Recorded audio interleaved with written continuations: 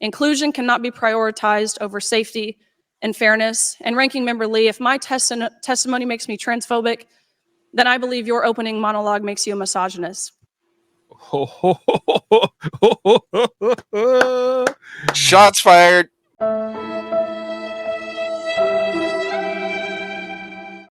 I feel sorry for that poor girl.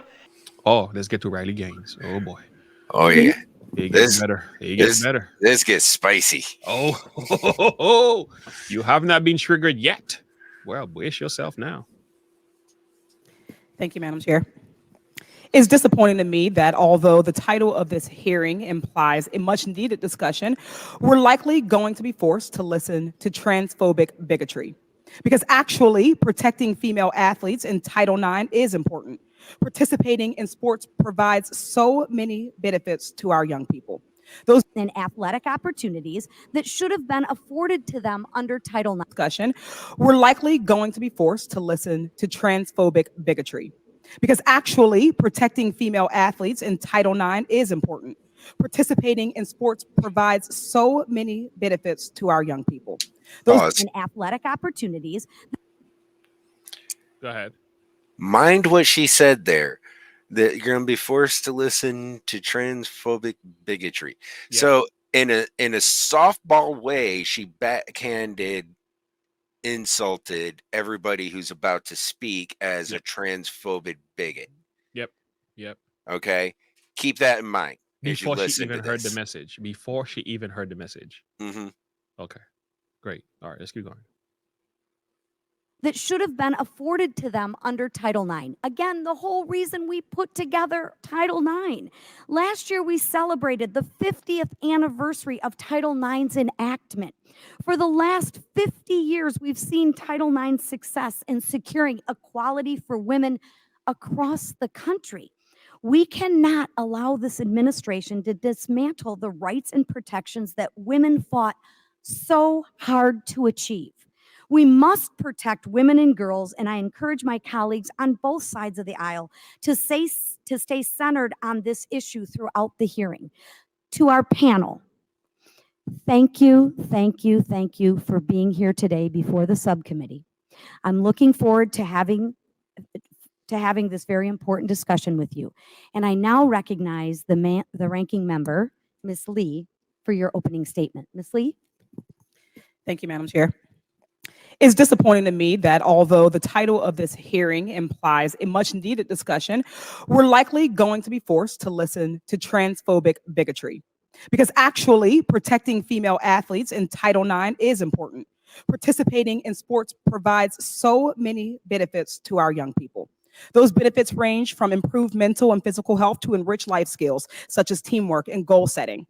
In terms of mental health, studies show that participating in youth sports is associated with lower rates of anxiety and depression, lower amounts of stress, higher self-esteem and confidence, and reduced risk of suicide. So why are my Republican colleagues working so hard to prevent our trans youth from participating? According to the Human Rights Campaign, in just the first 143 days of 2023, elected officials across the nation introduced more than 520 anti-LGBTQIA bills in state legislatures. 23 states banned trans youth from participating in school sports consistent with their gender identity, with some laws focusing on kids as young as kindergarten. How competitive is kindergarten? You all are working so hard at excluding and demonizing a bunch of kids. I think it's important that we raise the voices of transgender athletes, their families, and teammates. I'd like to read a few of their stories written in the first person.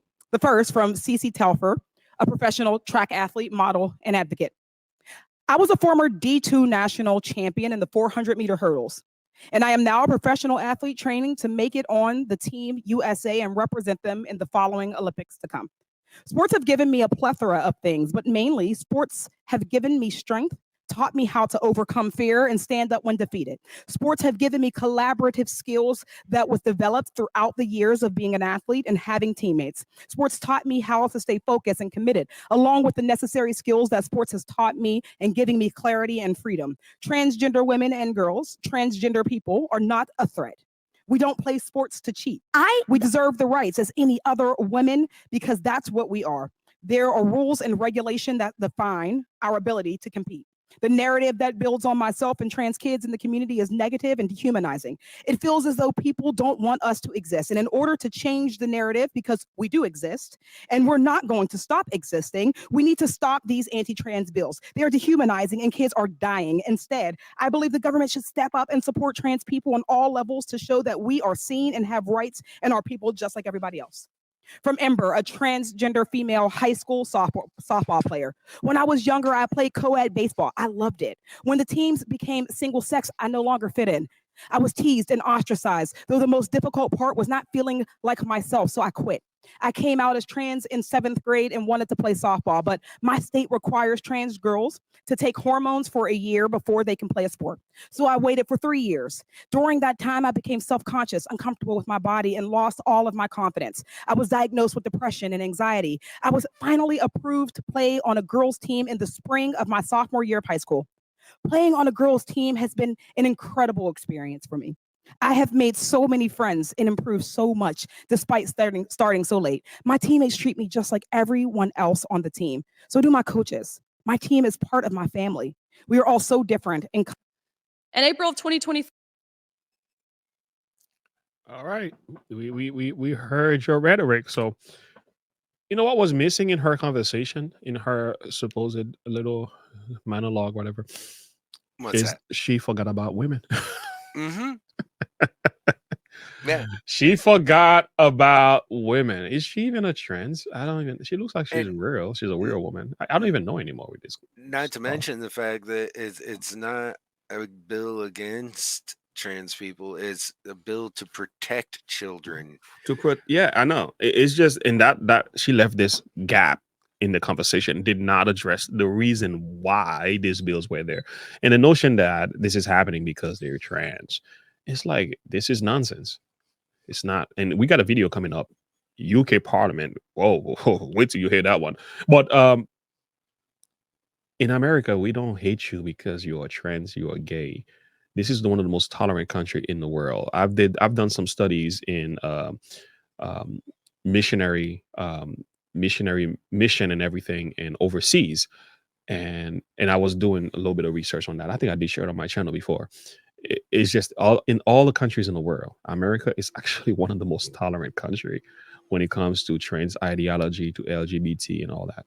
Irrespective of how people like to make it look like people here are transphobic or hateful and bigot, to be honest with you, the freedom you have in this country as a gay person, as a lesbian, as a homosexual, and I'm advocating for you, doesn't mean I agree with your decision. I'm just letting you know other places around the world that's not the case.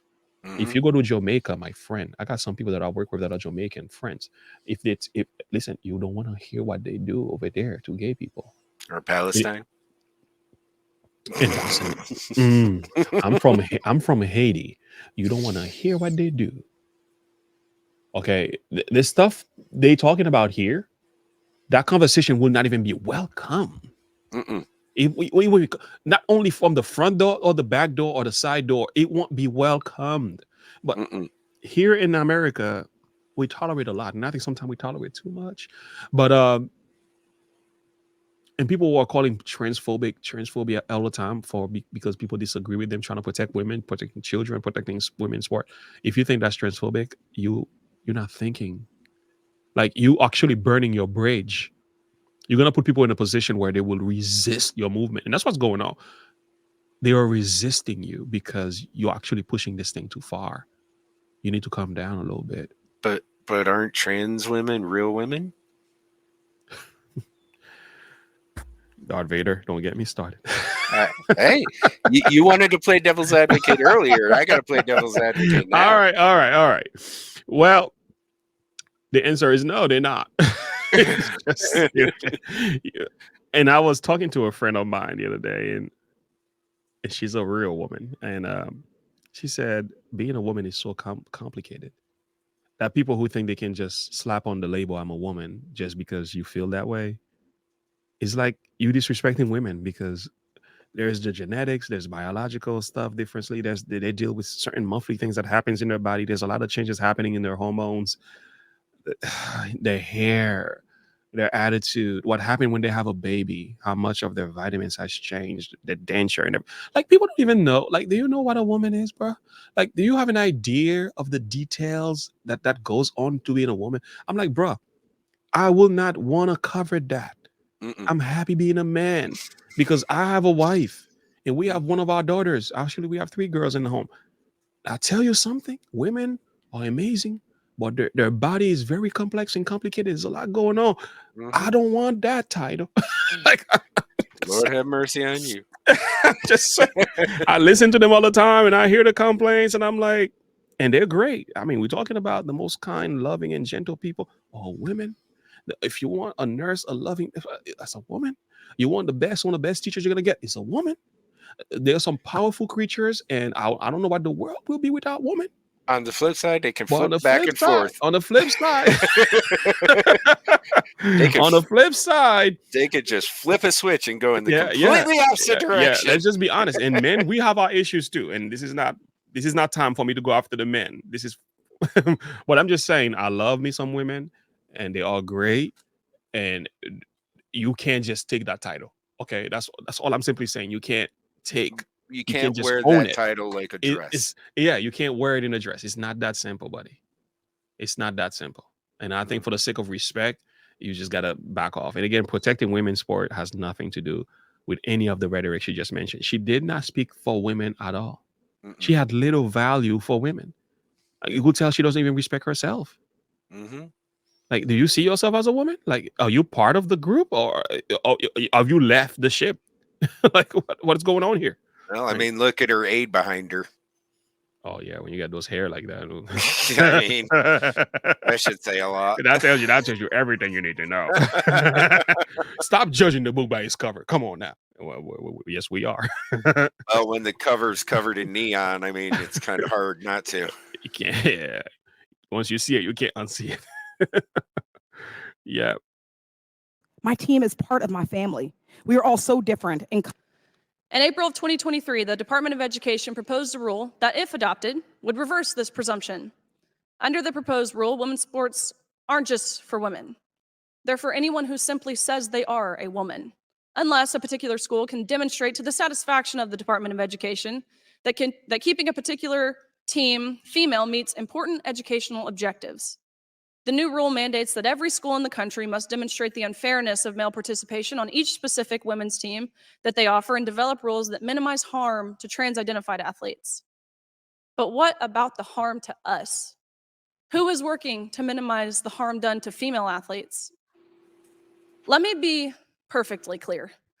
A school that knowingly allows a male athlete to take a spot on a women's team or allows a male athlete to take the field in a women's game is denying a female student athletic opportunity.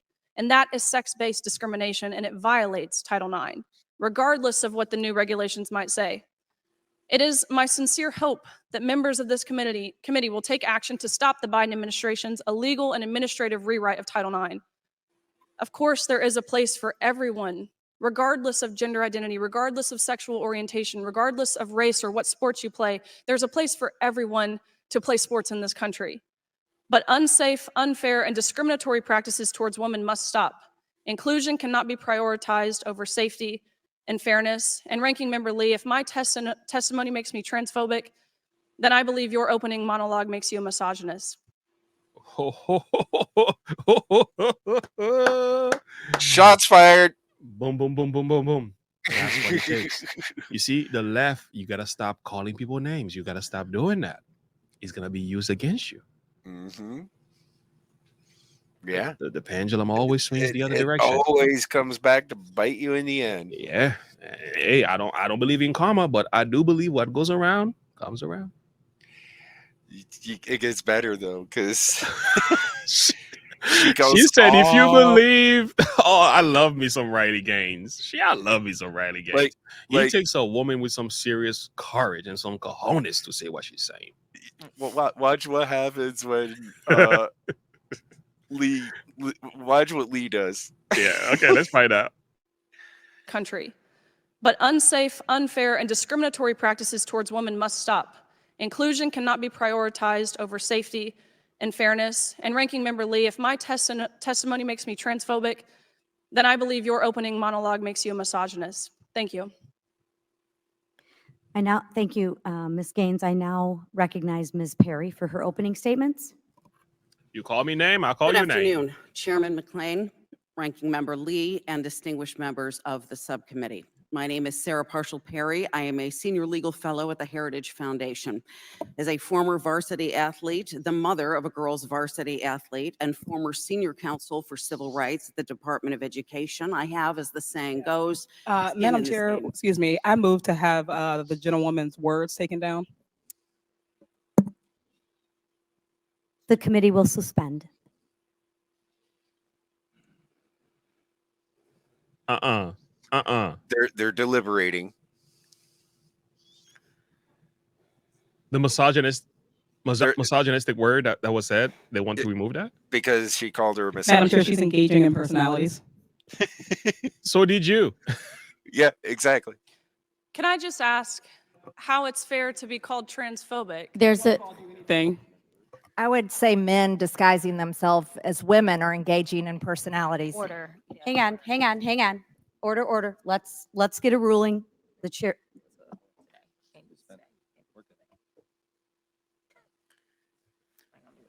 This is epic. Oh, I love it. Oh.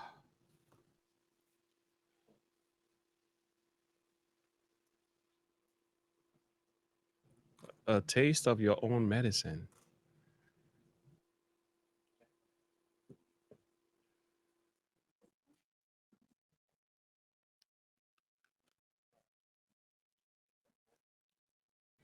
Okay, I move to withdraw the point of order. Thank you, Ms. Lee. I now recognize Ms. Perry for her opening statement. We can start. Whoa. She's like, never mind, I give up. Oh, how sweet was that? Oh, that was epic. Oh, by the way, we're gonna listen to her. By the way, I'm gonna let her run through a 6-minute video. But let's talk about this one. That was great. You see, the left love to call people names, but they don't like being name called. Mm-hmm. That's interesting. So you call people white supremacist, evil, bigot, transphobic, xenophobic all the time, sexist.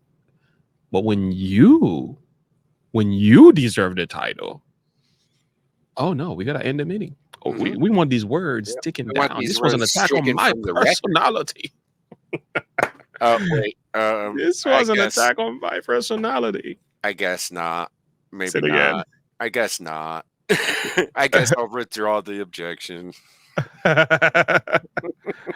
Oh, that was great. Oh man, it takes a serious Riley Gain to turn the room upside down. Look at that. Right. One single state. They didn't care about anything else she said. Mm-mm. But she called me a misogynist. Mm-hmm. Oh no, I am not a misogynist. Oh, I can't believe she said that. No, she spoke for women. She spoke about protecting Title IX and everything. Oh, none of that mattered. You said something about my character. Hey, I thought you said she was a transphobic person even before you had a chance to hear her speech. Yeah. What makes it okay? And then you got slapped I out. love how this ended. that was like the creme de la creme on top. Yeah, that ended so perfect. I was just like, when a video ends like that, it's like, what do you add to it? You can't add anything. Listen, guys, I'll say that to say this. I'll say this. It doesn't have to be this complicated, right? Leviticus 19, verse 18, as a matter of fact, the 10 commandments is like, he's breaking down the 6 commandments here in essence. Do not seek revenge or bear a grudge against any of your people, but love your neighbor as yourself. I am the Lord. It's a simple command, but there's a lot in it. In other words, friends, what's the golden rule again? Do unto others as you will have them do unto you. That's Bible. Mm-hmm. Love your neighbor as yourself. That's Bible. So if you don't want to be called these names, stop calling people these names. Mm-hmm. You don't want to be disrespected. You don't want to be labeled. Stop putting the labels on people. Exactly. It's a simple thing. It's Or not if that you do, complicated. just expect to get it in return. Yeah, and when you do get it, hey, listen, man, I don't feel bad. Riley Gain did the right thing. I think more people like Riley Ginn should be talking. Like,